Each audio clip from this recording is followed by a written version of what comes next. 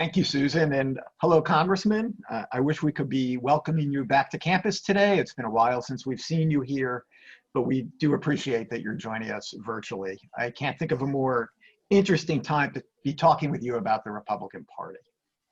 I thought what we would do today is start with the election and then maybe move to some issues around democracy and democratic norms, and conclude by looking ahead a bit to Joe Biden and divided government. After that, I'm sure we're going to have plenty of questions. So let me start with a very general question. What do you make of these election results? Well, sure. Well, first, let me say thank you to everybody at the McCourtney Institute for Democracy. Thank you, Michael. Thank you, Susan, for that kind introduction, and Jenna for putting this all together, and of course, Dr. Beam for all his work coordinating this event. My take on the elections is a few things. I was really surprised by the outcome. Not that Joe Biden won. In fact, I had kind of predicted before the election, I said there was a 10 to 20% chance that Donald Trump would pull an inside straight like he did in 2016. I said there was about a 50% chance that Joe Biden would win in a reasonably close race, and about a 30% chance that this could be a very decisive win by Joe Biden. And it ended up being somewhere, it wasn't a razor thin victory, but it wasn't a blowout either. So somewhere in that 50% range. But what really shocked me about the outcome was that the down ballot candidates, at least on the Republican side, certainly exceeded expectations and outperformed Trump, President Trump, considerably. The flip side of that is many down ballot Democrats underperformed Joe Biden. That was what was really striking to me about the election. More than anything else. Looking at it from a Pennsylvania perspective, and I could probably say that what happened in Pennsylvania is not terribly dissimilar to what happened in other northeastern, I'll say, Great Lakes states. I'll say use the Great Lakes states, Pennsylvania, Wisconsin, Michigan in particular. But what we saw, and it was really fascinating, was that Joe Biden, people are saying, like the president is out there right now saying that there was fraud in Philadelphia and election was stolen. But I said, if the Philadelphia Democrats were trying to steal this election, they did a lousy job of it, because as far as I can tell, and I'm still analyzing the data, perhaps some of you have looked at all the counties. I still haven't found one. Well, I haven't found one county other than the one I'm about to mention. There's only one county in Pennsylvania where Hillary Clinton outperformed Joe Biden from 2016 to 2020. Or in other words, where Donald Trump outperformed himself from 4 years ago. And that's the county of Philadelphia. Yep. Last I checked, I think Hillary Clinton had a margin of about 450,000 votes out of Philly, and Joe Biden about 430,000. The real story was, of course, the suburban counties, particularly the collar counties of Philadelphia, Delaware, Chester, Bucks, and Montgomery, where Joe Biden had a margin that was 100,000 votes greater. Last I checked, and the numbers are still coming in, but it was about 100,000, a little over 100,000 better than what Hillary Clinton had. Joe Biden won those areas, I think, by about 283,000. That was his margin in those four collar counties. Hillary won it by about 180,000 or 185,000. So it was around 100,000. That is enormous. But even more interesting was to me, and I kind of knew on Wednesday morning early that Joe Biden was going to win Pennsylvania. When everybody else saw he's down 600,000 or 700,000 votes. What struck me, I looked at two counties where we did have what would appear to be complete data. Northampton County, that's where Bethlehem and Easton are, and of course Lackawanna County, where Scranton is, Joe Biden's hometown for his first 10 years of his life. And what I saw in Northampton County, which is one of those three counties in Pennsylvania that went from Barack Obama to Donald Trump, well, and Trump won, Donald Trump won Northampton County by 5,500 votes, 5,500 votes in 2016. And then I saw on that night, Wednesday morning, that he had lost it to Joe Biden by about 1,000 votes. And then Lackawanna County, where Hillary Clinton had won it by 3,000 votes in 2016, I saw that Joe Biden was winning it by 10,000 votes. So that gave me an indication that Joe Biden was cutting into the margins upstate, just on those two counties. And of course, that is what we have seen, that Joe Biden lessened the margins. And remember, that Hillary Clinton lost Pennsylvania by 44,000 votes, or Trump won it by 44,000. So it's not that hard to make up the math. So between those two counties, I just found you about 14,000 votes, to help cut into that 44,000 vote margin. And we knew going in that in the Philadelphia region, including the city and those 4 collar counties, that Joe Biden was likely to exceed Hillary Clinton's margins, which he did by a significant number. So that's why I kind of had a sense that this thing was over Wednesday morning. But the other issue from a policy level, what did I get out of the election? I had the sense that neither side, I don't think that either side, Joe Biden or Republicans, received any type of a policy mandate, other than maybe to deal with the COVID crisis and the economy. I mean, I didn't see a real policy mandate for either side. But what I did see was a governing mandate. And that is that I think that there are many people, I believe many people who voted for Joe Biden voted for him because they wanted him to steady the ship of state, to bring about some stability or some semblance of normalcy back to government. That was my most immediate takeaway when I saw this. The other takeaway, then I'll stop and go on to the next question. The other one was that I was surprised by, that there were an impactful number of swing voters. And I suspect they were largely soft Republicans, what we call soft Republicans or swing voting Republicans, and a significant number of independents who voted for Joe Biden. I think largely because they were probably very tired or exhausted with Donald Trump and the never-ending drama and chaos emanating from the White House. So I think many voted for him, but were very uncomfortable with the left wing of the Democratic Party and thought that maybe Joe Biden might not be able to withstand the pressures placed upon him by the Bernie Sanders and Elizabeth Warren wing. And so they voted for Joe Biden, and then they went down ballot and voted Republican. And just look at our own state where the 2 row offices, Auditor General and Treasurer, went for the Republican candidates. And of course, all the Republican congressional candidates and the state legislative candidates, everybody exceeded expectations. And the state House didn't flip, nor the state Senate. So we saw that happen. So it seemed like voters were voting against Donald Trump or for Joe Biden, while at the same time putting a little bit of a check on Joe Biden. And I think we saw that not just in Pennsylvania, but in several other states. And what I just described probably could fit. You could just substitute a few counties and cities like Detroit and other Oakland County, and probably very similar, the results there to what happened in Pennsylvania. Yeah, the other thing that I noticed too is that Donald Trump, I apologize for that, is that Donald Trump exceeded his support from 2016 throughout the country. So in Pennsylvania alone, I think he got probably 400,000 more votes than he did last time, at least the last time that I had checked. Well, what do you think explains that he was able to expand his base of support? Well, I think, remember too, Michael, there were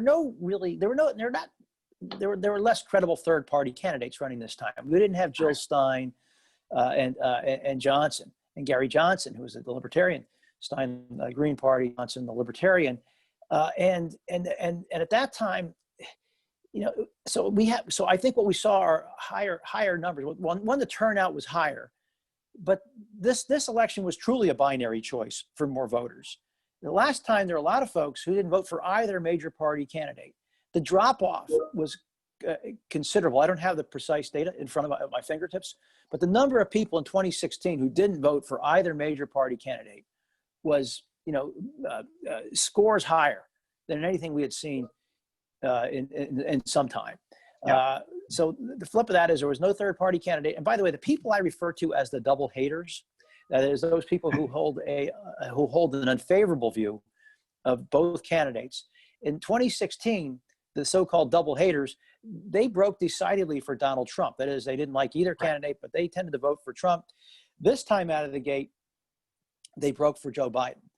We saw that in the data. So I think, so in some respects, Trump, he did build some support. He brought out more votes, held his group together. And so that is true. The flip side is, Donald Trump was a turnout machine. Yep. Yes, for his own base, but also for the other side. And so we saw, the Democratic numbers are elevated. And by the way, we saw that over the last 4 years since Donald Trump was elected president in 2017, 18, and 19. We saw very elevated levels of Democratic turnout, which explained why, they did so well in so many of those in those county races, and of course in the midterm congressional races. Yeah. So we also saw these registration numbers before the election, not only in Pennsylvania, but in other states too. So it was clear he was also turning out some new people, wasn't he? He was finding people that had not voted in 2016 at all. Yeah, I think that is in part true. I think he did find some new voters, obviously not enough, but Right. he found some. He did find some new voters, no question about it. And also when we looked at those registration numbers, I kind of broke them down two ways. And again, not based on any kind of research, but based on intuition, that those additional Republican voters, and in Pennsylvania, I think last I checked, I think there are about 150,000 more Republicans who registered than Democrats. Not a great metric, but I thought many of those folks were what I would call Democrats who are functional Republicans, and they've finally realigned their voter registration with their voting patterns. That's part of the population, and the other part were those new voters that you mentioned. So I think that's what did it. But at the end of the day, though, it still wasn't enough for Donald Trump to prevail. Yeah, so as you really well explained, I think Donald Trump put together a somewhat new coalition, right? So he made some inroads, certainly with Latino voters around the country, and probably in Pennsylvania as well. Made some inroads in major cities. So he made some inroads with Black voters. Are we seeing the emergence of some kind of new coalition for Republicans going forward? I know Marco Rubio recently said that the Republican Party should rebrand as a multi-ethnic, multiracial working class coalition. It reminds me a bit of the autopsy from 2012. Yeah, well, it's interesting. Yes, Marco Rubio, and I think it was David Brooks and a few others have made that case that what we're seeing perhaps is an emerging multi-ethnic working class party. Because Donald Trump, as you said, did do much better than expected among younger African-American males and with certain segments of the Hispanic population, which of course is not monolithic. And I think Democrats are learning a hard lesson about that just shouldn't just assume that Hispanic voters care about immigration and not much else. Well, we're finding out that the Hispanic voters are like a lot of other voters, who are worried about pocketbook issues and all the other things that we all are concerned about in terms of the economy and the COVID crisis. So, I think there is something to it. It's a little too early to determine whether or not this multi-ethnic coalition will grow and be sustainable. Hard to say. Now, I've always been of the opinion that the Republican Party needs to become much more socially tolerant and inclusive, more socially sensible, and speak to a broader segment of the voters. Donald Trump really hasn't done that. I mean, as a president, he's really doubled down on his base, which was largely, I'll say guys who look like me, who are, who are older and white and male, and so I think he was somehow able to connect with enough of those voters to actually build a slightly better coalition. What I've gotten out of this, though, is it was really smart that the Democrats nominated somebody like Joe Biden. I figured if they had nominated Bernie Sanders or Elizabeth Warren, this could have been a catastrophic election for their party. Mm-hmm. So bottom line is we might be onto something here with a multi-ethnic coalition. Now, also, we should note too, there was a time when Republicans dominated among voters with college degrees, particularly white voters with college degrees, and of course that has just flipped. Yes. Democrats are now doing exceedingly better there, and of course many of these folks live in the suburbs too, and so we've witnessed the erosion of Republican support in the suburbs, which also meant that erosion with college-educated voters.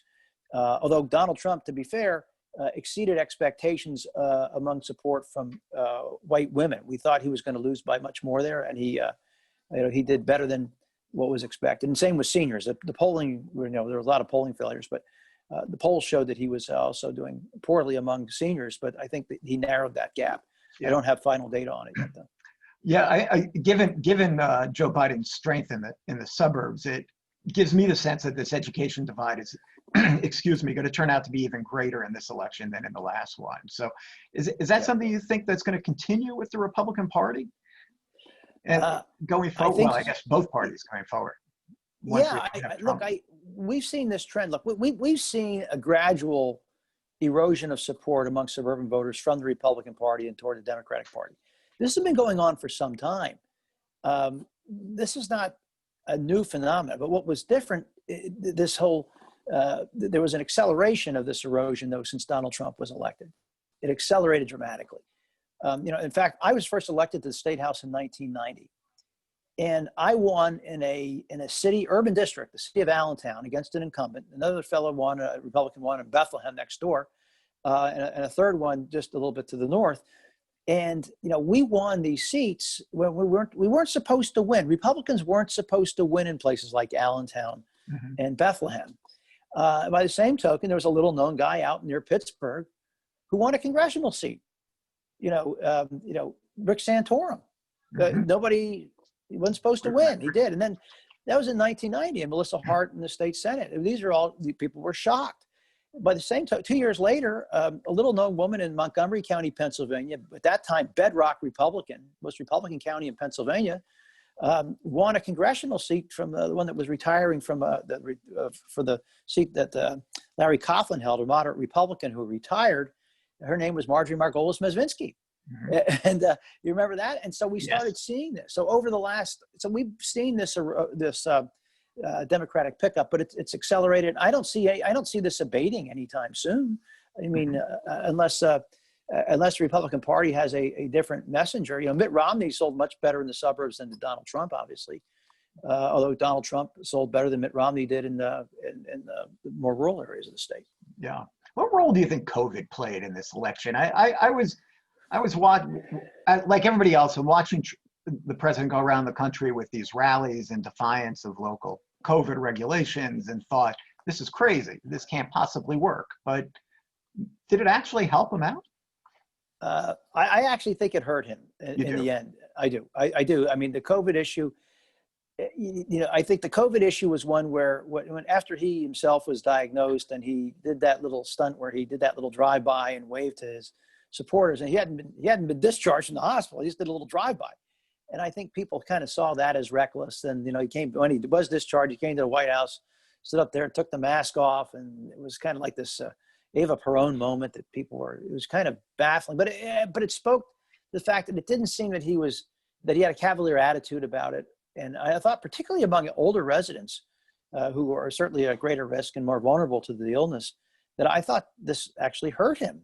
That if he had taken this more seriously, that he would have been better off. Now, the flip side of that, in Florida, we're hearing that maybe some of the Latino vote down there was not only driven by the so-called socialism issue, but also many of them, I think, were very worried about the economic hardship, and I think this is one area where I think that neither side has quite figured out the balance.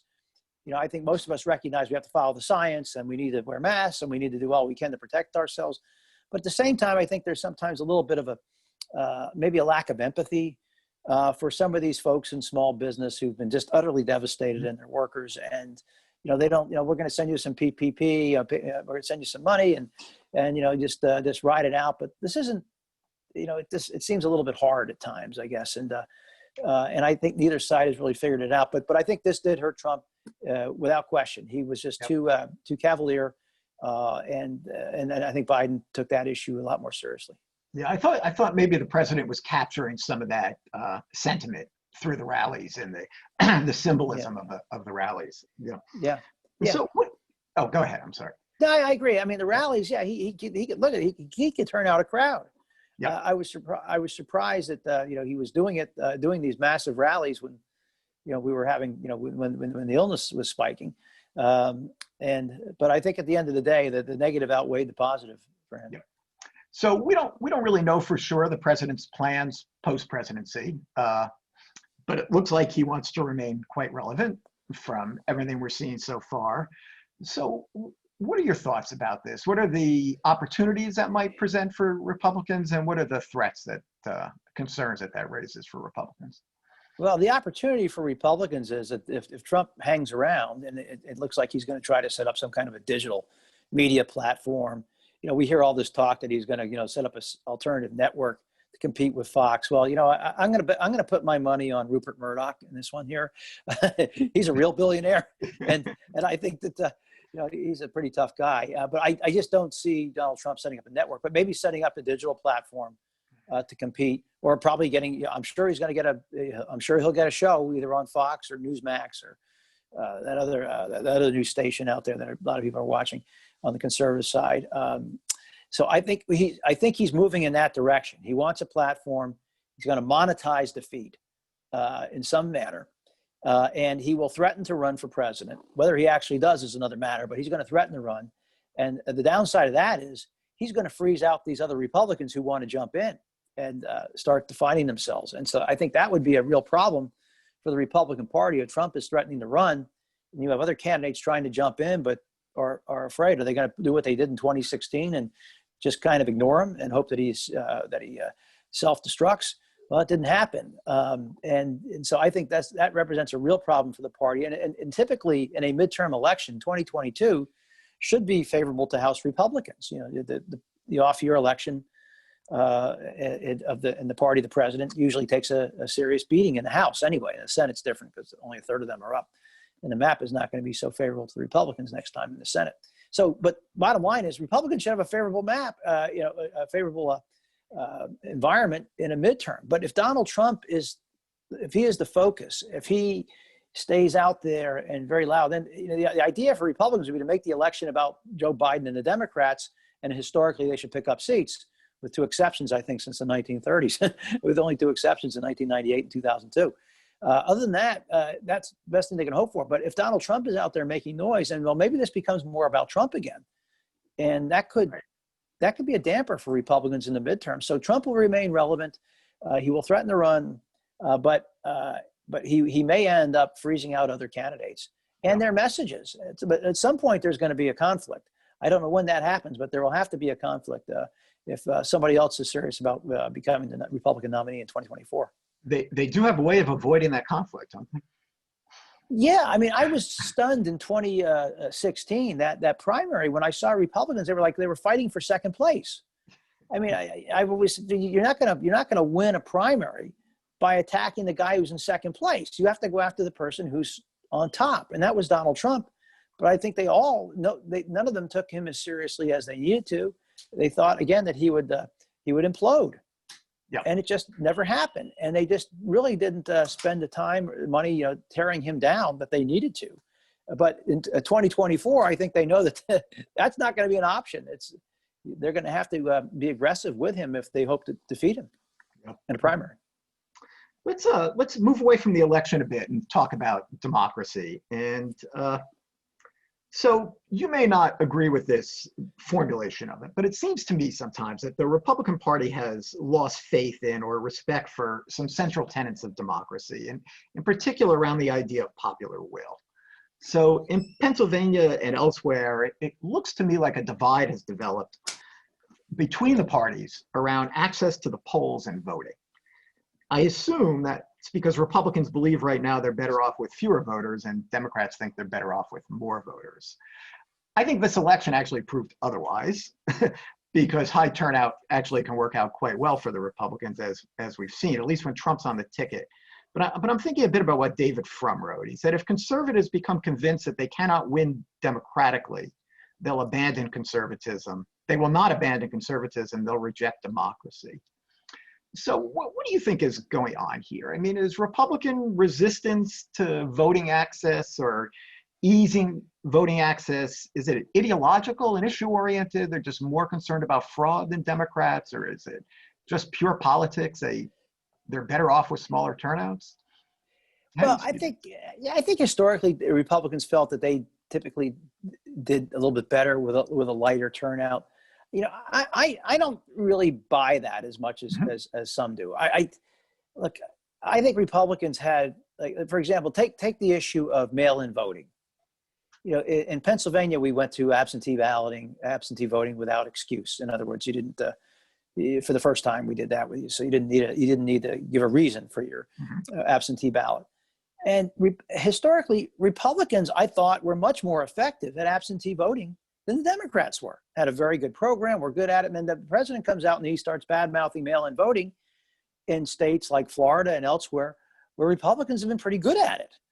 I scratched my head about this. It seemed to me that the president was suppressing his own vote by doing that. I think he harmed himself and his campaign, and frankly, people down ballot, by raising these fears about the security of absentee voting or mail-in voting. So I think that hurt. But at the end of the day, I think Republicans can do just fine with higher turnouts. If I'm a strong candidate and I have a good message, I'm not afraid of people turning out. Sure, I mean, I prefer more of my people turn out than the other guys, but there should be no fear here. I mean, and that's what I couldn't understand, that why they were somehow kind of fearing these turnouts. Well, we saw, as you pointed out correctly, Michael, we saw increased turnouts in many Republican areas as well as Democratic areas, and Republicans did just fine. So I do worry too. I don't think it's a smart argument for Republicans to push back, to push back on higher turnouts, and at the end of the day, Republicans are going to have to need to embrace. They're going to need to embrace inclusion. I mean, you win these elections by through addition and multiplication and inclusion, and not exclusion and division and subtraction. So I think the party has to get real serious about embracing other constituencies where they have been weak. And in this election, they showed they made some inroads. So I think if the party's smart, they're going to do aggressive outreach in the African American and Hispanic and Asian communities, which was recommended after the autopsy in 2013, after the election in 2012. It was the autopsy after the Romney defeat that made many good recommendations. I think there's still a lot of good recommendations in there, and they should and maybe dust that off and use it. Yeah, I mean, it seemed like with the mail-in voting, when we were first trying to come to terms with how COVID was going to affect the election and how do you get people to vote in a pandemic, and that mail-in voting seemed like such a logical way to go, and had previously actually been worked better for Republicans than it had for Democrats, as you were just talking about a minute ago. But the president immediately turned it into a partisan issue. So how do we move towards depoliticizing some of these voting rights issues? Yeah, and it's interesting. There's two types. In some states, they do mail-in voting, where they basically just mail you the ballot. Mm-hmm. And I can see that type of mail-in voting, is more susceptible to fraudulent behavior. When you mail out ballots to every registered voter, presumably, and people move, they die, and the lists aren't always very tidy, as we know. And so you can have a lot of loose ballots floating around out there if you're not careful. In Pennsylvania, I think we're smarter, where the voter must apply for the ballot, and then it's sent to that voter. So I think that's a better system. But I'm worried about these anti-democratic tendencies, and it's not just about the election itself, but the president's attacks on the media, on the judiciary, and I would argue other institutions that are necessary or prerequisites to a democratic republic like ours are under threat as well. Because that's, look, even autocratic countries have elections. They're kind of phony elections. Remember the old Soviet Union used to have elections too. Everybody showed up, and 99% of the people voted for the Communist Party, and they all lived happily ever after, so we're told. But we want to make sure that our elections are free, fair, and that the public has confidence in them. So when the president and others are suggesting that there was massive fraud in this election, where there isn't any evidence to support that claim, they're really undercutting confidence in the democratic process. And that's not supposed to happen here in America. I understand how this happens in other countries where they have less robust institutions than we do. But it seems to be happening here now. But I still feel confident that our institutions will hold. Democracy will stand strong, although it's taking a beating, as we're witnessing right now through this transition, where we always assumed, and at least in my lifetime, I don't think we've ever seen an ungracious transition. Yes, there was a conflict during Bush-Gore, but once it was settled, then the transition went forward as it should. And now we're having a president that's clearly not doing everything he can to undermine a smooth transition. Yeah, I mean, I couldn't agree with you more, but part of what strikes me as so unprecedented about this is that the Republican leadership seems to be, I don't know if I want to say going along with it, but certainly tolerating it. And I wonder, how do we rebuild democratic institutions if, major elected officials don't stand up and defend them? Yeah, I think what's happening, I think it's out of fear. I mean, that many of them are not. I agree. Yeah. I mean, they're afraid of the Trump base, baby, or more cynically, I think it's there's a calculation about the Georgia Senate runoffs coming up in about 60 days or so in early January, where I think they don't think they want the president causing problems. So I think that's forcing some of them to causing some of them not to speak up when they ought to. But I am like you. I'm deeply concerned about these anti-democratic tendencies. That it speaks to other deeper issues in our society about the way we get our information, how we get that information from sources that reinforce our existing opinions or biases, and the role of social media that they play in all this. I think that's and partisan media too. That's also an issue. So I think there are a variety of factors that are contributing to this that terrible state of affairs. But we shouldn't just look at this as simply an American phenomena. What's happening here, in some respects, this type of populism is occurring elsewhere in the Western world, and we all together have to be vigilant. Yeah, in terms of the legitimacy of elections going forward, I've always thought there's some valid concerns with the Electoral College and some advantages to the Electoral College. But what I had never thought about before was that the Electoral College does set up the possibility to overturn the will of the people within state legislatures, not Pennsylvania, and certainly not in other states. And I don't think it's going to happen. In fact, I feel very strongly it's not going to happen. But it keeps being raised. Lindsey Graham has raised it. The president is bringing the leaders of the Michigan legislature to the White House tomorrow. So, I mean, what happens when we get into a close election? Is this going to work? Well, that becomes a real problem. Luckily, this election wasn't that close. I mean, it wasn't a blowout or anything, but it wasn't a razor thing.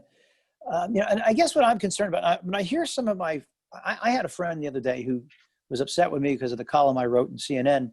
And he said, well, there's fraud. There's been fraud in this state for decades. And these elections have been fraudulent. And I said to him, Mark, I said, Mark, I won 13 elections over the last 28 years. Are you saying that I won by fraud? I mean, how can you say that?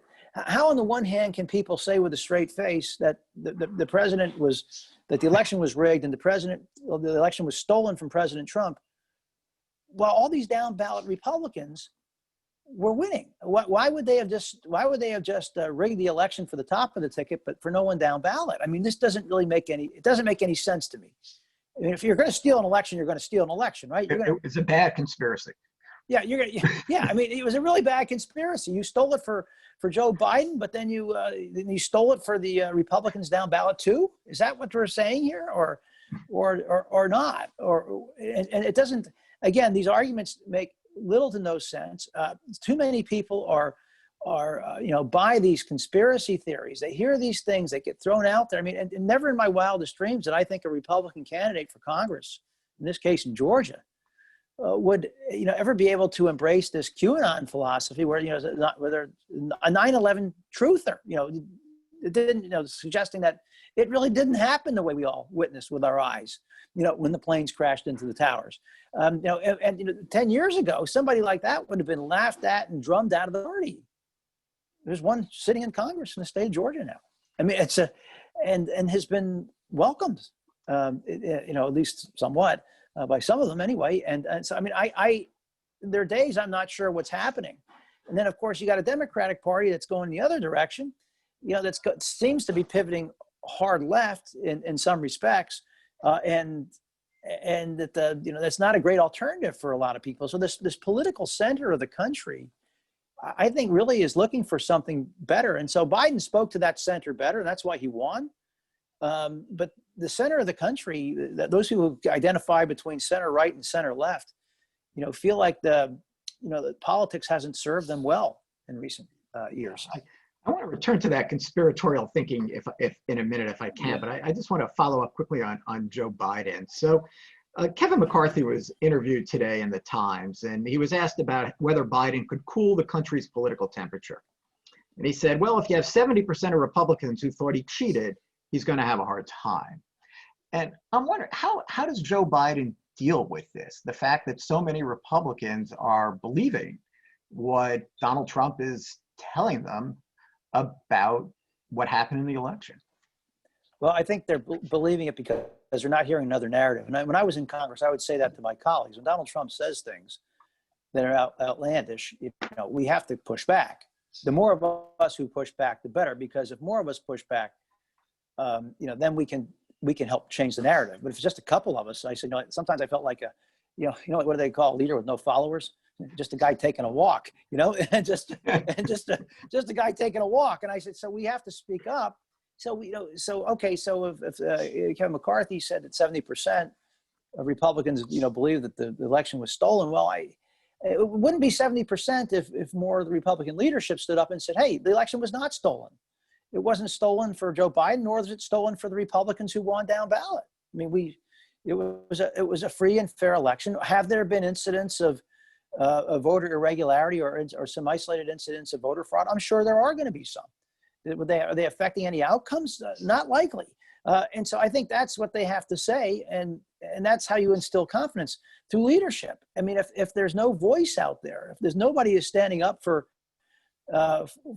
these very good people, you're up in Center County, I'm in Lehigh County, but the people who run these elections, by and large, are good, honorable people. They're just doing what they think is a public service and trying to be fair, and not. And the last thing they want is controversy. The last thing any of them wants is some kind of a controversy in their county about how the vote was counted or administered. They want it to be clean. They want it to be fair. They want no incidents. Yep. And so I think that is true just about everywhere in this country. I absolutely believe that. And we have had incidents. I remember when I was in the legislature, we had a problem in Philadelphia in the 90s. In a special election for the state Senate, the Bruce Marks, Bill Stinson race, where there was widespread fraud in the absentee ballots in a special election for the state Senate. And the federal judge intervened, and Pulitzer Prizes were won, and the federal judge threw out all the absentee ballots because it was determined after evidence and research that a lot of people were voted who had no idea they were voted.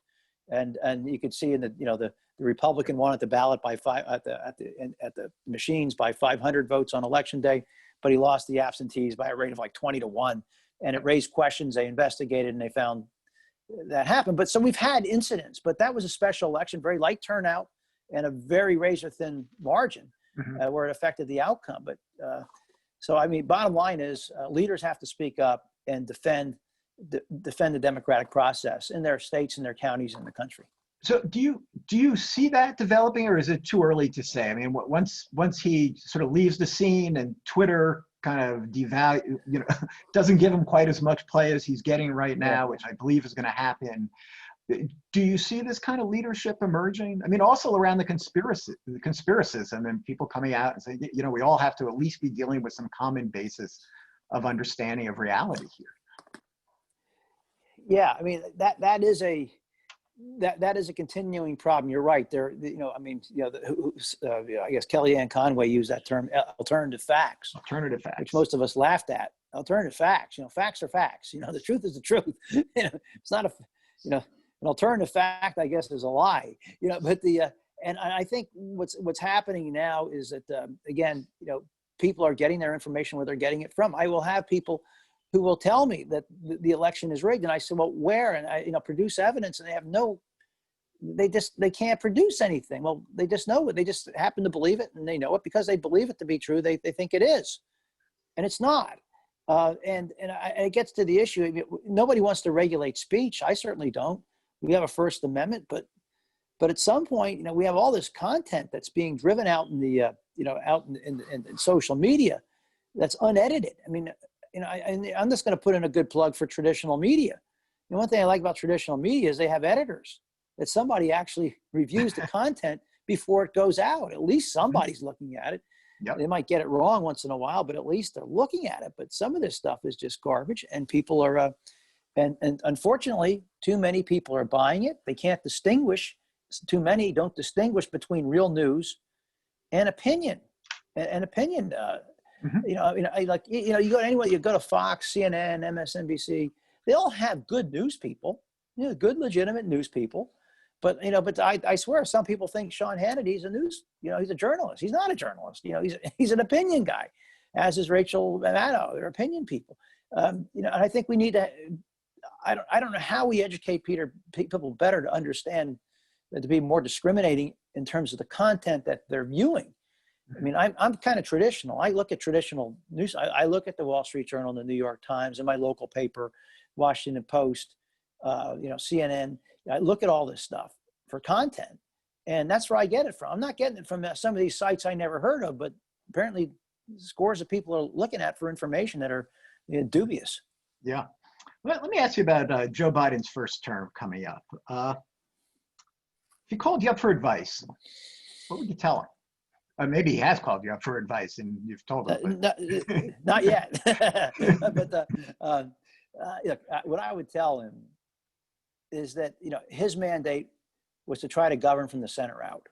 I think they people wanted him in there to study the ship of state, bring about some stability to governing, and to help make politics boring again. Okay, I think that's what they're after. At the same time, I think they want him to stiff arm. I don't think the public is interested in stacking the courts or Washington D.C. statehood, or I don't think they don't want to go that direction. I think I would just simply tell him, try to assemble coalitions for whatever it is you're trying to do. Don't start your proposals out from I know traditionally people say, well, if I put my bill in all the way over here to the right or to the left, I'll introduce it that way, and then I'll get part of what I want. And my advice would be, start closer to the center on your proposals. Start that way. Don't, even though that's where you may end up, start that way and try to encourage, get people on a bipartisan basis, like right now, like the COVID plan. If I were Joe Biden, I said, well, I would stand up and say, well, the Problem Solvers Caucus in Washington put forward a COVID plan that was about $1.6 to $1.9 trillion. Why don't they try to pass it now? They had 25 Republican, 25 Democrats supporting this thing in the Congress. I said, let's put it out there and embrace it, own it, and say that's where we'll start right now. I mean, I would do things like that to show that I mean what I say. I'm trying to turn the temperature down. Right. Well, that's a way to turn the temperature down. Now that of course assumes that Mitch McConnell puts it on the floor, and so I'm wondering what you think McConnell's posture is going to be with Joe Biden. With President Obama, he was pretty clear early on that he wanted to make him a one-term president, and really didn't go along with much of anything. Well, it's interesting. I've always said, if you want to put the Senate on the spot, or in this case, Mitch McConnell on the spot, pass a bill out of the House that gets 300 votes. Mitch McConnell's not going to be able to discard it out of hand. He won't. He'll have to take it very seriously, say on COVID.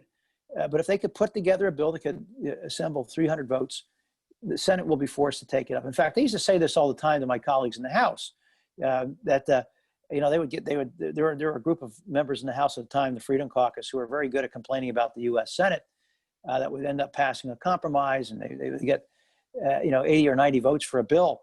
And I would tell my colleagues, I said, whenever the Senate passes a bill with 80 or 90 votes, that's on an important matter, the House will eat it every single time, because we didn't have the capacity to pass a bill like that with that kind of a bipartisan coalition. So now McConnell's very smart. He's a very good tactician. I think in some respects, he's an incrementalist and an institutionalist like Biden. So I do think the two of them, they could reach agreements if they want to. I believe they could reach agreements. McConnell, look, how old is McConnell now? He's probably not going to run for Senate again. Yeah. This is his farewell, I suspect. And I've witnessed him over the years on issues like the Troubled Asset Relief Program and other major agreements, and he's very much a part of it. And frankly, oftentimes the engineer of it. So I would never underestimate him, but he's got a caucus that he's got to answer to. But he needs the support of his caucus. But his inclination is to cut deals. I mean, at the end of the day. Yeah. So do you think that the fact that he does have a good personal relationship with Joe Biden, which he clearly seems to have, is actually important? I do. I think it matters. Yeah. I do think it matters. But, it will hold McConnell back as if his members, who, if they're feeling terrible pressure from their constituents, not to cut deals, then I think that will manifest itself and perhaps, prevent McConnell from engaging the way he, I think, ordinarily would want to. So I do think that's a reality. And I think Biden has to be careful too, because he's going to have people on his left flank, who are going to be sniping at him routinely. I mean, remember about a year or so ago, whenever that was, when they were passing an appropriations bill, the omnibus, I think it was in 2019, and they were passing the omnibus bill, and it funded the Homeland Security Department and Immigrations and Customs Enforcement. And some on the left, the AOC crowd, were screaming that how could they sell out like this? This is a total sellout. Well, the bill passed the Senate with 90 votes. Nearly every Democratic senator voted for it. I mean, and the point I guess I'm making is you're going to have people on the left, and that group is going to grow, who are also going to resist any type of bipartisan consensus or agreement. They're going to fight it. Just as we see, we saw with, the Freedom Caucus on the right, you're going to see the same thing on the left. And so each side, McConnell and Biden, are going to feel some nasty pressures from their bases. Yeah, I suspect the left in the House has lost some power with the decreased margins. But yes and no. Yes, they do, in that this I think was clearly a rejection of the left wing. But at the same time, the people who lost tend to be more of the more centered ones. Yeah, they're and all so moderate. The ones in the far left, they all came back as they're in safe seats. Yes, thank you for making that point, because that's exactly what happens. Let me ask one last question, and then because I know we have a whole bunch of questions coming up. So Pennsylvania is maybe not quite the center of the political universe again in 2022, but close to it. We have an open governor's race and we have an open Senate race coming up. Any ideas about what types of candidates, about what we might see in this race on both sides? Charlie Dent? We're going to see Charlie Dent? Yeah, I really have no plans to run for anything. Really, no plans to come back? My wife would have my head. I'm a good general election candidate. I'd be a lousy primary candidate right now. But I think that I at the end of the day, you'll see a lot of candidates on both sides jumping out. That'd be my guess. Certainly on the Republican side, not as clear on the Democratic side. I think many see Josh Shapiro as one of the primary candidates for one of those seats, maybe John Fetterman, the lieutenant governor. So you'll see some of those folks who might have an advantage. But on the Republican side, I think it's wide open.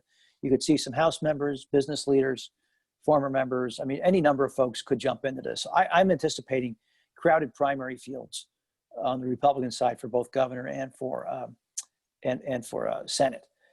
But it's wide open, and I think many realize too that as Republicans that this year 2022 should be a year where the wind is more at their back rather than in their face like it was in 2018. Yeah, especially because they won at the state level, so they're going to be advantaged in redistricting going into 2022 as well.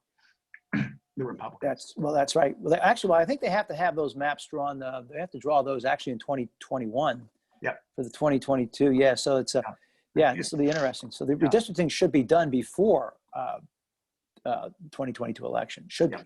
Yeah. So I am going to bring Jenna in with, I could go on asking you questions all evening.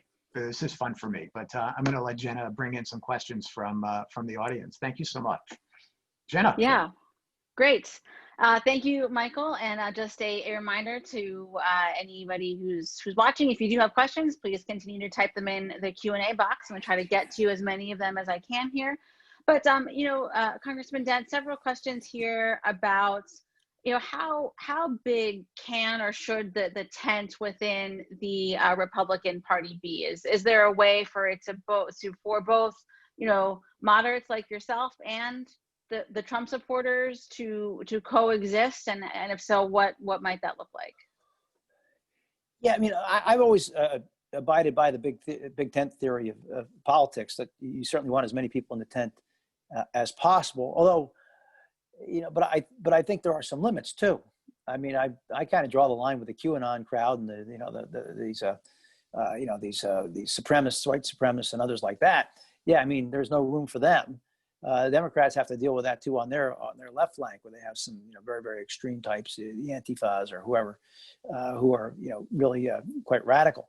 So Big Tent. So I mean, I do think people have to find a way to coexist within the Republican Party. The question is it irreconcilable? The challenge for the Republican Party going forward, of course, is, okay, Donald Trump has been defeated, but has Trumpism as a governing philosophy been defeated? And I think that's still an open question. And then we have a debate about what that is. Well, there was really no Republican platform in 2020. I mean, it was the president, we support whatever the president of the United States is saying. That was kind of the platform, whatever he's advocating. And that's really not a platform at all. And so I've been trying to define Trumpism myself. And I've always thought, if Trumpism is a bunch of isms, isolationism, protectionism, nativism, maybe nihilism, unilateralism, sometimes bilateralism, populism for sure. It's all these things. What elements of this could you embrace that would unite more centrist voters and Trumpian voters? Yeah, I never really looked at Trump as a conservative. I've always kind of looked at him as an illiberal populist more than a conservative. I mean, because as a conservative really wouldn't embrace a lot of this stuff that he's pushing. And so I think that the party is going to have to figure out what it's actually going to stand for going forward. Things like free trade were, bedrock principles for Republicans, at least since the Second World War. Is that still going to be a core principle? Fiscal responsibility. Well, who's talking about that now? I mean, nobody's really talking about that. It's going to be hard for a candidate Rubio or Cruz or whoever to stand up there and talk about balancing budgets, right? I mean, that's not going to have a lot of credibility on that. So I think some of these core tenets of Republican philosophy are now certainly at risk. And again, the same thing can be said for some of the Democratic principles. Not sure where they're going either. I mean, they have to make some hard decisions. So I think we're in a tough spot. I don't see how you marry it up. Because I do believe the reason why Donald Trump lost this presidency was because of those swing voting Republicans, and I'll say maybe conservative-oriented Democrats who just didn't want to deal with this anymore and rejected him, and then went Republican down the line. So there's an opportunity here for the Republicans to actually come up with a real governing agenda. Yeah, and so who comes up with that governing agenda? Where do those conversations start within the party? And if Trump decides not to run again in 2024, do you see any kind of power vacuum developing within the party? Well, where does it start? Well, you like to think the Republican National Committee might have some say in that, but I don't think they will. It's going to be driven by the next Republican presidential nominee, whoever that is.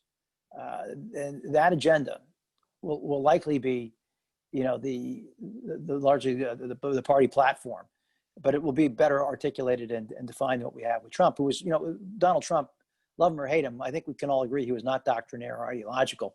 He was completely transactional, with the exception of two issues, immigration and trade. Immigration where he was a restrictionist, trade where he's a protectionist. He was consistent on those. Other than that, he's transactional.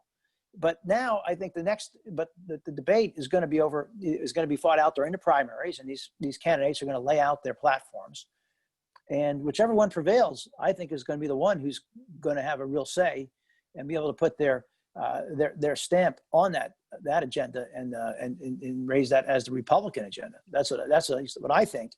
But time will tell, and if Trump does not run, then of course this.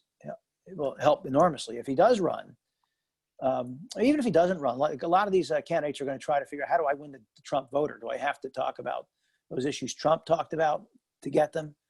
I kind of think that a lot of Trump voters really didn't care where Trump was on the issue. They just kind of into the shtick, into the whole, his enemies. They liked the fact that he fought with the left and he would take on the libs and all that. That was kind of what motivated them. I don't think it was about any particular policy that he was advocating. I never felt that. He was kind of a policy-free candidate in many respects. Mm-hmm.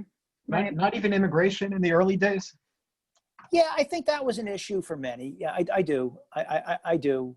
But I mean, but I think you need more than that. I think you need something more than that. Mhm. And because even like the trade issue, I mean, a lot of people said, oh, I think there's a lot of appeal to protectionism in both political parties. There's a political appeal to that, but but I don't think it helped him too much in the Farm Bill. I mean, I thought that if anything, it's probably hurting him. Now he did well in those states in the end. He did well, but I'm just not convinced that the Trump philosophy, because it wasn't there was no three-dimensional chess here. Donald Trump, he's he's very impulsive. He's very much an ad hoc kind of guy. It's what enters his head often comes out of his mouth, and there's not always a grand plan here. So I don't think that the Trump model of the Trumpian agenda is one I don't think it's particularly durable. I really don't, but or sustainable over the long term. To that point about issues, we had a couple of questions come in about climate change. Do you see that as a potential area for compromise between the parties, or something that the Republicans in Congress might have a different attitude or a different appetite to take up in a post-Trump world? Well, look, 2 Republicans were just elected in South Florida. And in South Florida, climate change is very real to them. And it's an issue where, I think you'll hear people like from that part of the world speak up. And I think for the Republican Party going forward, if I had my druthers, I would say this: the Republican Party must become more socially tolerant, more constructively engaged on the international stage. That is, we can actually work with multilateral institutions to advance our national interests, embrace free markets with modern, reasonable regulation. I'm not talking about going back to 1850 or 1925, but something more modern. And the party needs to develop answers on issues like climate change. Complaining about AOC and the squad on the Green New Deal is not enough. You have to, the party has to come up with its own agenda, its own solutions on climate change, on immigration. That we have to engage on those issues. So, do I think that's the issue where they're going to find compromise immediately? No. Maybe they can do some things. Maybe they can do some small incremental things on climate change, possibly. But if I were Joe Biden, I'd say, look, if we're going to try to come to an agreement on something quickly, why don't we try to work on, infrastructure, rural broadband, certainly COVID. There are certain areas where they can find some agreement that I would focus there first. Climate change, that will take a little time, but I think the Republican Party first must come up with an agenda on the issue, other than, complaining about the Green New Deal. Yeah, a couple questions here about the courts.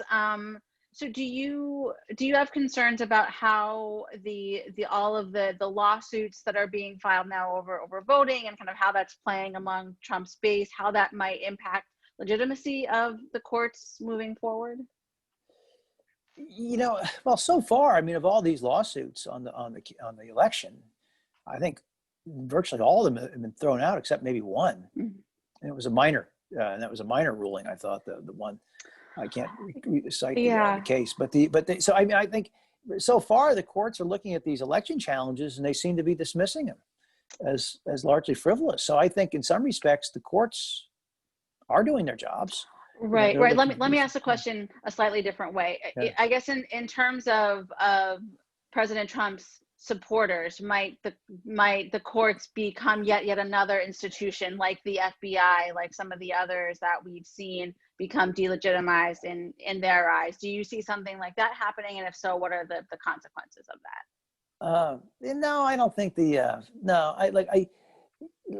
I'm sure there are going to be Trump supporters out there who are going to be very bitter that none of the courts, have supported these challenges. And there's going to be a lot of disappointment because it seems like these courts are both at the state level and the federal level.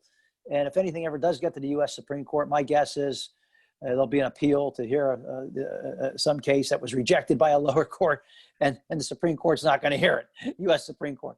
So there going to be a lot of disappointment. There'll be a lot of disappointment. But at the end of the day, I think the courts will come out of this probably better than maybe some other institutions, at least this immediate aftermath of the election. Yeah.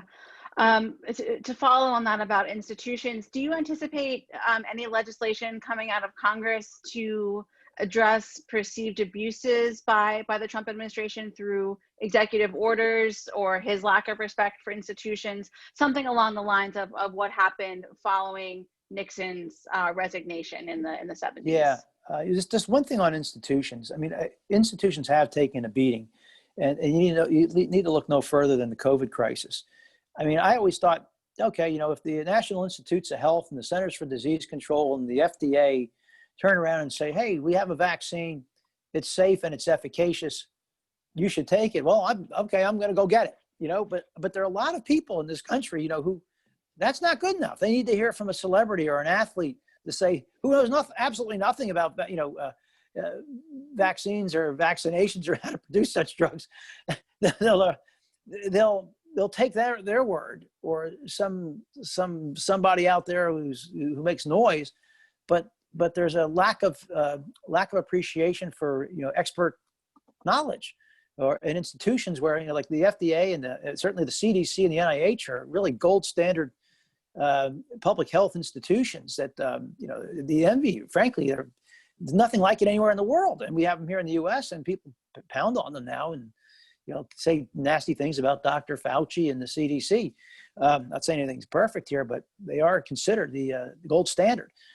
So the rest of that question was about, I'm sorry, I just lost track. That was are we going to see anything like what happened in the post Watergate years in terms of new government agencies and things set up to regulate some of what Trump has been able to do?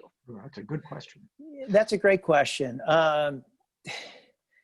Well, I mean, maybe Congress says, hey, we're going to require that every presidential candidate divulge their tax returns for the previous 3 or 4 years. Maybe that's a reform that comes out of all this. Maybe there can be tightening up on the laws as it relates to emoluments. There could be any number of reforms that could happen. I think the immediate question, though, is, and I'm actually getting ready to write a piece for CNN on this, where if Joe Biden wants to turn the temperature down, should a former president be prosecuted for his crimes in office? And I was always very uncomfortable when I would hear Donald Trump at his rallies yell, "Lock her up," or the crowd would be, "Lock her up, lock her up." And I go, we don't usually do that in this country. After there's an election like this, we don't usually start using the levers of government then to prosecute our political opponents. And by the same token, now it's lock him up. And I'm hesitant. I would be very nervous, if Joe Biden wants to start off and turn the temperature down and heal the nation. If the U.S. Department of Justice were to go after Trump, I think that would be potentially problematic. I'm not speaking about the state of New York, whatever's going on there with his taxes and his business stuff. That's separate. That's separate. I mean, but I would be nervous about that, because we often think of these are banana republics that do this kind of thing, where they use the levers of government to prosecute and criminalize their political opposition. And that's what I'm more worried about right now is the American tradition going to hold, these institutions going to hold, and that's I think the bigger fear right now. But sure, we can come up with all kinds of reforms in the aftermath, of the Trump years. But I certainly think revealing tax returns, and maybe I'm not sure how you tighten up the emoluments clause, but the things you can do there. Nobody knows what the emoluments clause is, by the way. And so it's very few people do. But sure, there are things we can do. There will be reforms. But at the end of the day, it comes down to nominating and electing people of good character and good judgment. And I never thought we'd have to worry about a president doing some of the things this one has done. Right. So can I jump in there just for 1 second? Sure, go ahead. Charlie, it seems to me a bit that when norms are really heavily violated, like they've been, that either those norms are gone or you kind of need to codify them and turn them into rules and laws in order going forward. Which is kind of what I think you're saying about the taxes, right? That was a norm that everybody paid attention to. Now they don't. So now maybe you would need to make it a law. Otherwise, it'll just forever be gone. That's right, and there are other norms, and there's the whole notion of a smooth transition of government. Okay, we just assume that the administrator for the General Services Administration, once seeing the returns, would ascertain that, okay, we have a winner. It happens to be Joe Biden. Okay, the time is off the clock. The score is on the board. Nothing's changing. And you would ascertain that. But, how do we enforce that once there is a presumptive president-elect, that the levers of government, are pulled appropriately? Mm-hmm. I mean, what do we have to do to change the law? And in that case, I'm just sitting there looking. I said, why doesn't the administrator just ascertain this, and then simultaneously or within a day submit a resignation? She'll probably get fired. But why not leave with your credibility intact? Why not do that? Somebody just knocked on my door. Okay, that's a your dog. I think it's a delivery. That's my Yorkie. My wife is going to get him right now. So long story short, I think that some of these norms and traditions and customs that we've all assumed, may have to be, set down in the law, which is unfortunate. I mean, but a smooth transition. I mean, who would have ever thought that we were going to have this kind of a trouble with the transition, that we could just simply, I've been through, I was at the 2000 inauguration for George W. Bush after he defeated Al Gore. It was a very nice event. Everybody was gracious. I was there in 2004. I was there in 2008 when Obama defeated John McCain, and everybody was there. Bush, McCain, Obama, all the Democrats. And and people celebrated the day, regardless of where they were in the election. I mean, nobody was there crying, saying, okay, this is our system. We have a new president. Some are happy about it, some aren't, but we all celebrate the way it happened.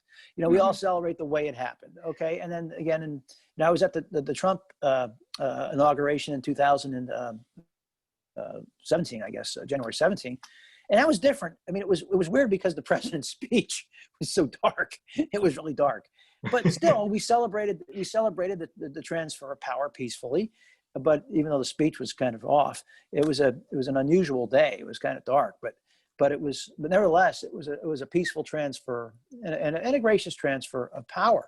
And now this is not assumed. And I think I just think a lot of folks in our country have taken our system for granted, political stability for granted. I mean, it's quite a wonderful thing to have, political stability. There are plenty of places that wish they had this level of stability. And I've heard it from the Europeans, frankly. And I heard it like 4 or 5 years ago. There was a time when they said to me, this is even before Trump, we used to always could count on the Americans to figure it out and to get it done, whatever the issue was. They'd be yelling and screaming, but they'd get there. We always had confidence in that. And now we're not so sure. Mm-hmm. And now it's only gotten worse. And that was just before Trump. Now they're all kind of figuring out, a world without the U.S., without U.S. Right. leadership or U.S. engagement. Right. So, I mean, it's troublesome. Right. So, there's an argument in political science, you may be familiar with it, that for a good period of the mid 20th century, the U.S. really had 4 parties. There were, liberal and conservative Democrats, and there were liberal and conservative Republicans. And even though there were only 2 parties on paper, they kind of functioned effectively as 4 parties. And so I think there's also kind of a thought now that maybe it's time to actually codify that, actually move that forward, to have more parties, or even rethink them more radically than that. Maybe our 2-party model really is broken. And this would be as good a time as any to think about a different model to move forward. What are your thoughts on that? Well, yeah, I would just say this. It seems that in the United States, we have moved into parliamentary voting patterns and governing patterns. And I would notice this in the U.S. House, that after Republicans, the Tea Party wave came in, and a lot of these members, they want to get a bill out of the House, and they kind of thought they won. Once, okay, we passed the bill out of the House, we did our job. No, this is not the House of Commons. This is the U.S. House of Representatives. And, we have this thing called the Senate across the building here that we have to deal with. And it was, but there was a sense that,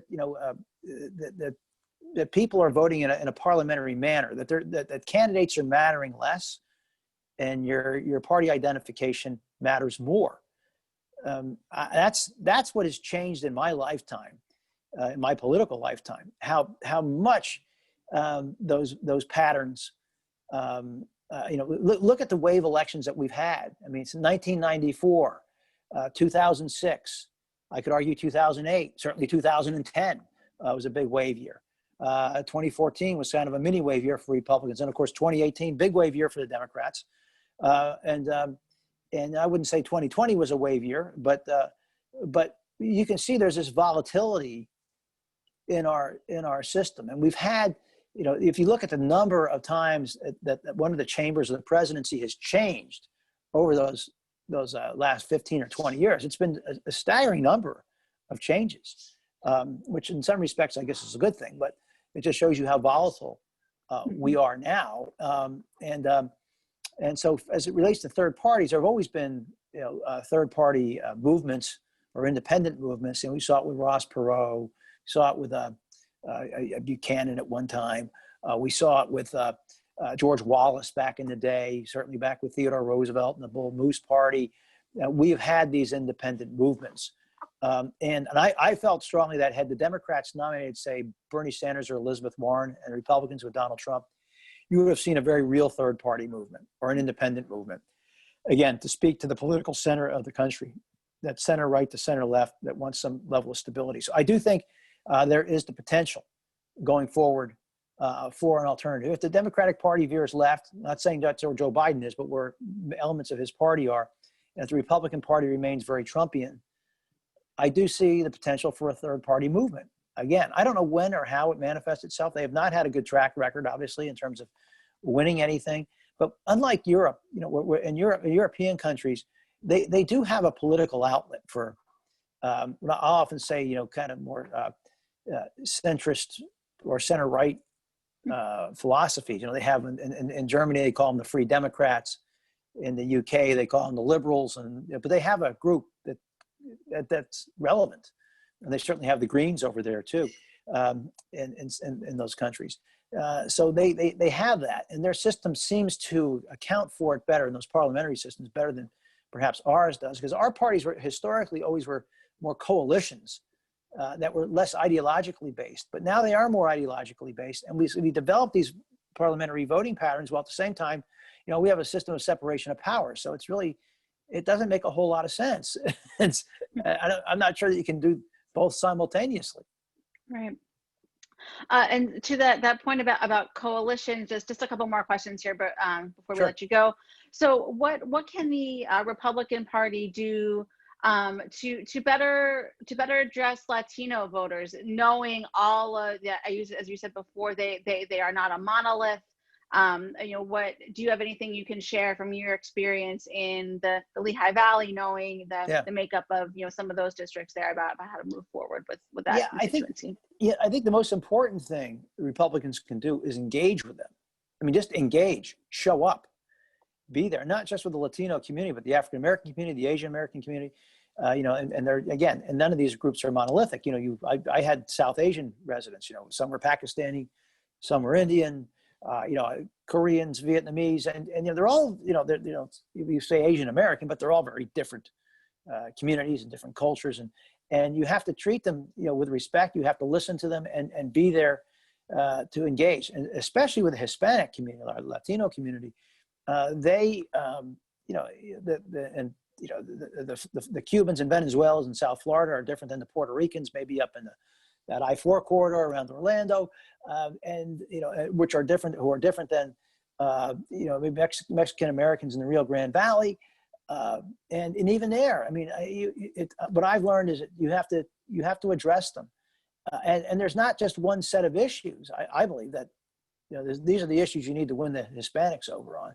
I don't believe that for a second. For example, I think the fracking issue hurt Joe Biden in Texas with Hispanics. I'm again saying that without any evidence based on where they're working. My guess is many work in the oil industry or gas industry and are worried about their economic interests. And maybe that pushed a number of them towards Donald Trump. So they weren't, so it wasn't immigration wasn't front of mind maybe, but it was, it's the economy, it's the COVID, and oh my goodness, maybe we're not going to be able to do the kind of production work that I've been doing my whole life. I mean, so these are the types of issues that I think if the Republicans are smart, they will show up, and they have to pitch the horrible rhetoric. I mean, like when Donald Trump said, Mexicans are rapists and criminals, or whatever language he used, that was very disparaging. I mean, this is no way to win friends. You know, you're not going to win if that community doesn't think you don't like them. You know, it's harder to get their support. So simply by showing up, listening, engaging, and try to address issues that you think that they care about, that's important. And on immigration, the only thing I would say, it's important for Republicans to be smart on immigration. To be smart. I could go into any Latino audience and say that we need to enforce our immigration laws. We need to have a border that is secure, but at the same time, we need to treat people humanely and with compassion, and we need to have lawful legal immigration. That's part of our tradition, and we welcome people regardless of where they're from, but we want to do it the right way. And, you know, Latino voters will respond to that. I mean, I think they feel the same way as most other Americans. You know, they don't have any notions that we should have a lawless situation, you know, with respect to immigration law. They're not that way, or any group is. So I think Republicans just have to speak better and address the issue, but be sincere and then actually take it up. I was always frustrated that so many Republicans in the House wanted to deal with the deferred action for childhood arrivals or the Dreamers. We want to deal with it. We could never get a real bill on the floor. I mean, the leaders, you know, because there was a group that would push back, and I would tell the leaders, well, just let it come out, let the House work its will. It's going to pass, probably with 300 votes. Well, you might not have a majority of Republicans. Well, so what? But that's one of the challenges I think we face as a party. We're just not seen as, you know, engaging enough on issues. Yeah, and thinking about that notion of getting things done, you mentioned that the Georgia runoffs coming up here. It's looking like Republicans will win at least one of those races. Right. So, you know, I'm assuming that happens. How does the Biden administration work with, say, Susan Collins, Lisa Murkowski, more moderate folks in the Senate, and then what might those moderate Republicans want in exchange for their support? Well, you know, the two most important people I think in the U.S. Senate going forward in this next Congress are going to be Joe Manchin and Lisa and Susan Collins. They're going to be the two most important senators. They're going to be the ones who are going to put their stamp of approval on a lot of these measures that will be able to get some votes on both sides. So I think they're important. And I think, like I mentioned, that Problem Solvers Caucus, there are 50 members, 25 Republican, 25 Democrat. They have the ability to come to consensus on some issues and put some proposals out. And by the way, the leadership doesn't like these groups because, you know, leadership wants to be able to control the policy agenda. But I know how the leadership operated. You know, they wanted to put out a bill that, you know, they wanted to lay down a marker, or they wanted to do a messaging bill. And I used to tell them, I'm tired of these messaging bills. Let's talk about what the law is going to look like, and maybe let's get something on the floor that looks like what will ultimately be enacted into law, rather than putting out these unrealistic proposals just to beat your chest and and run your messages. I said, this is actually making it harder to get to a final outcome that we can all agree to. And so I think if enough members in an evenly divided Congress, you know, look, you're going to have an emboldened minority in the House. Republicans picked up seats, so Democrats aren't going to be able to just run things through there like they did in the last Congress. They're going to have to actually play ball with the other side a little bit. And the Senate, you know, hey, it could be 50-50. It could be 51-49.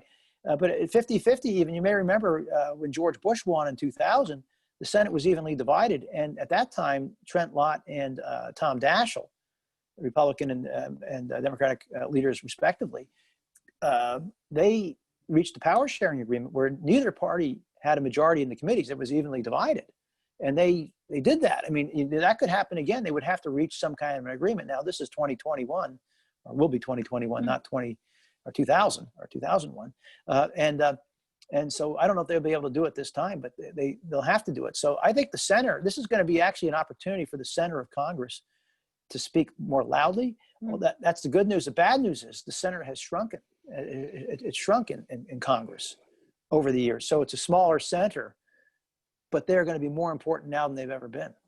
Right. Well, this has been great. I have one final question here. Sure. Before we let you go, and thank you to everybody who submitted questions. Sorry we were not able to get to all of them. But so, you know, thinking about how we move forward, what can people in the center, whether it's the center right or center left, if anything, to try to reach Trump supporters and get them to understand the threat that Trumpism poses to our democracy? You know, I wish I had the answer to that question. How do we get people to, to fully, that these attacks on these democratic norms, institutions, and values, are very unhealthy for us as a country. It's very unhealthy. And again, I think that the anger, and I would always tell people that, anger is not a policy. Anger is an emotion.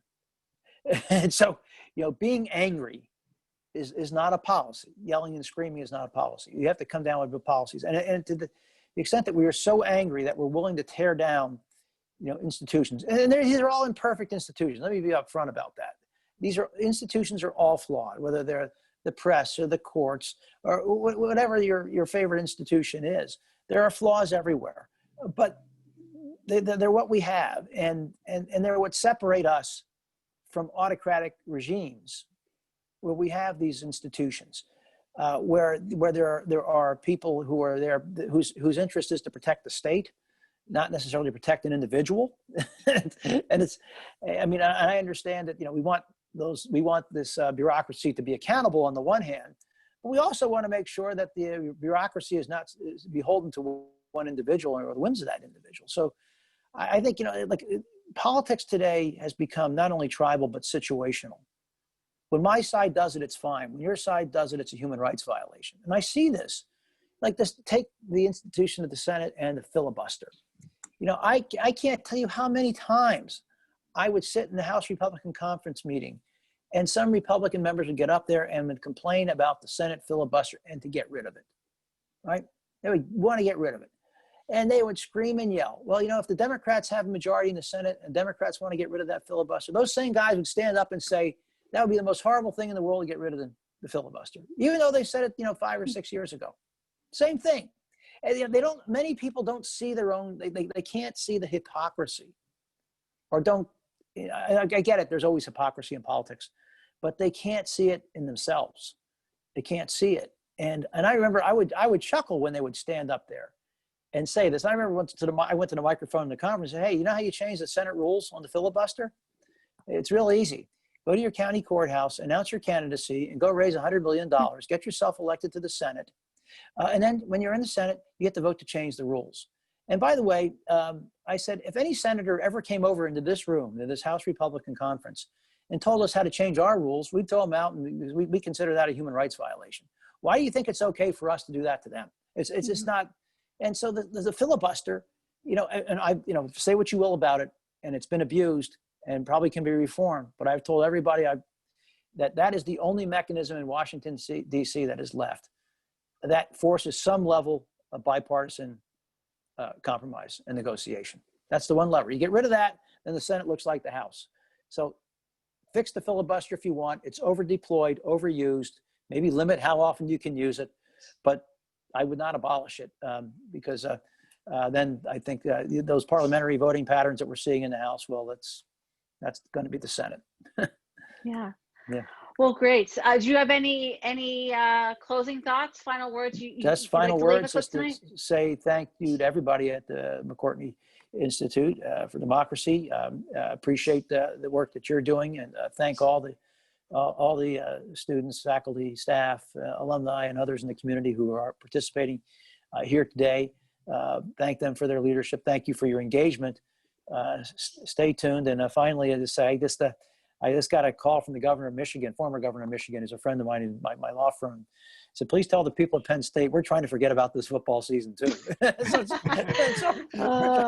from the state of Michigan. One thing we can all agree on, right? Regardless of our politics. Absolutely. We can all agree this fall. Yeah. Forget about that. But